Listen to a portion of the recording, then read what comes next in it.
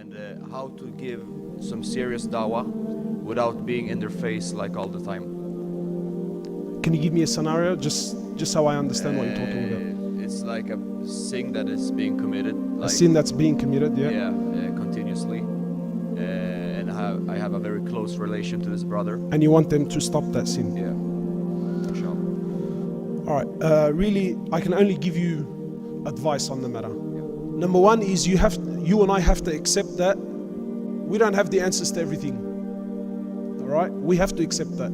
Sometimes you can give the best da'wah in the world and it won't enter the brother's heart or the sister's heart. This is normal. You have to be accepting of this.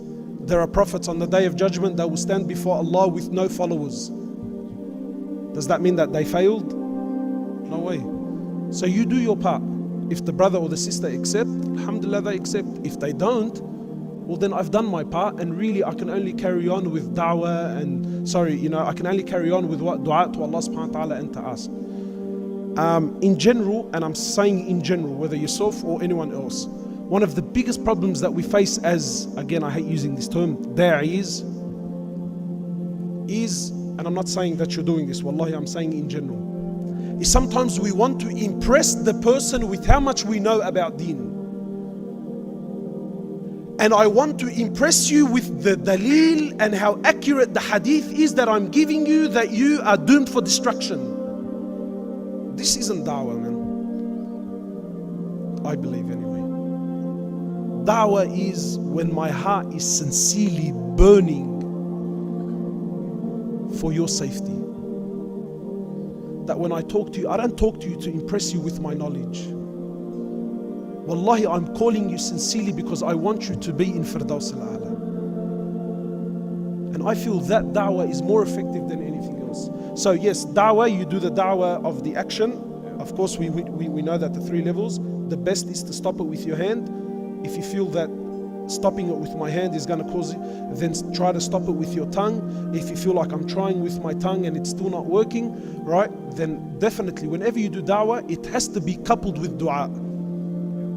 I can't be someone who walks the streets in the day calling people to Allah, but come to Tahajjud time, no, that's not the da'wah of Rasulullah sallallahu alaihi wasallam.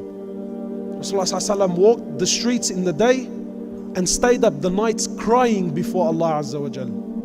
So really these are the things. And sometimes, I'm speaking to you, but wallahi I'm speaking to everyone. We need to accept, I have keys for certain hearts.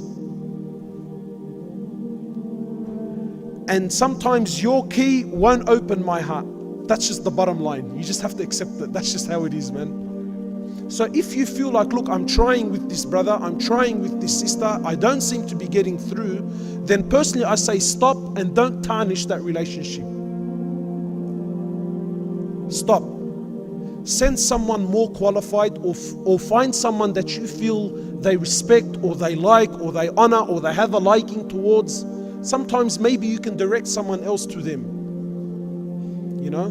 But these are the things, and definitely under no circumstance should our dua ever stop. Always crying before Allah, sincerely begging Allah subhanahu wa ta'ala, you know. And if you feel like you're trying something with this brother and it's not working, then try something else. Take him out for lunch, take him out to dinner. You know, one thing that I personally find helps with me, and I'm going to share this with you, and Allahu Alam, maybe sometimes I see a situation. Now I can very easily come in there and do these ones. Please everyone sit down and embrace yourselves. I'm about to send everyone to hellfire, inshallah. Please sit down. Qala Allah Azza wa Jal and Qala Rasulullah Sallallahu Alaihi Wasallam, and here's my hadith and this is the ayah, and who can say I'm wrong? That's not how it works, man. It's not, well, I did this, you know, it's not how it works. Rather, sometimes what I like to do is, if I feel the brother or this, you know, look, he's a bit on edge, he's already intimidated with the fact I have a long beard and I'm wearing abaya, and here comes the religious crew to talk my brains out, right? Sometimes I like using this approach, whereas I would say to the brother, look, wallahi, you know, I was in a dark place. There was a time I wasn't praying, I wasn't fasting, I was indulging in haram, you know, and I felt lost, and I felt this, and I felt that. And wallahi, the only happiness I've ever had is when I came to Allah Azza wa Jal. And wallahi, you know, I'm not better than anyone. Sometimes humbling yourself like that can really affect people. And this person feels like, man, you know what, this person's real. He's not here to impress me with his talk, he's really real, you know, this. And Allahu Alam, you know, personally I believe that people need to see this side in da'wah. That real yearning. That my brother and sister, if we don't change, where do you think we're going? Because sometimes what happens is, brother, I've told him 100 times, may Allah destroy him, inshallah. What's this? Arrogance, bro. I told him, I gave him the hadith, I gave him the dalil, and he still doesn't want to do it. You know, I used to work for a clothing company. We used to wholesale clothes, right? So we used to have a lot of pretty girls that used to come in and buy. Very, very bad environment. Anyway, so mixing with people, and so I used to have this girl, she used to come in regular. And every Monday, Tuesday, she used to come in, and ya Allah, half an hour, she's going to tell me all about her weekend. Where she went clubbing, and who she sat with, and what she drank. And so one day, wallahi, one day, she asked me, you know what, Mohammed? She used to go to this one particular club, right, that everyone knew. She asked me, you know what? I said, what's that? She asked me, I was thinking over the weekend that if hellfire is like this club that I go to, except the air conditioning isn't on, I don't want to go to paradise, I want to go there.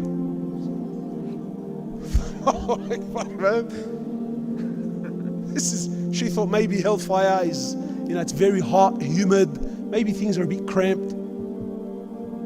I thought, wow, man. Sister, it's not like that at all, man. You know, Khalidina fiha abada, they are there for eternity, burning and torture, and so you know, wallahi, nobody wants to be there. Nobody wants to be there. We don't want to be there, and wallahi, we don't want anyone to be there, Muslim and non-Muslim. Wallahi, I don't wish any human being, he could be my worst enemy. He could be someone who on a daily basis plans to kill me and my family. Wallahi, I don't wish hellfire for him. Because I'm not talking about, you know, a couple of years and you're out.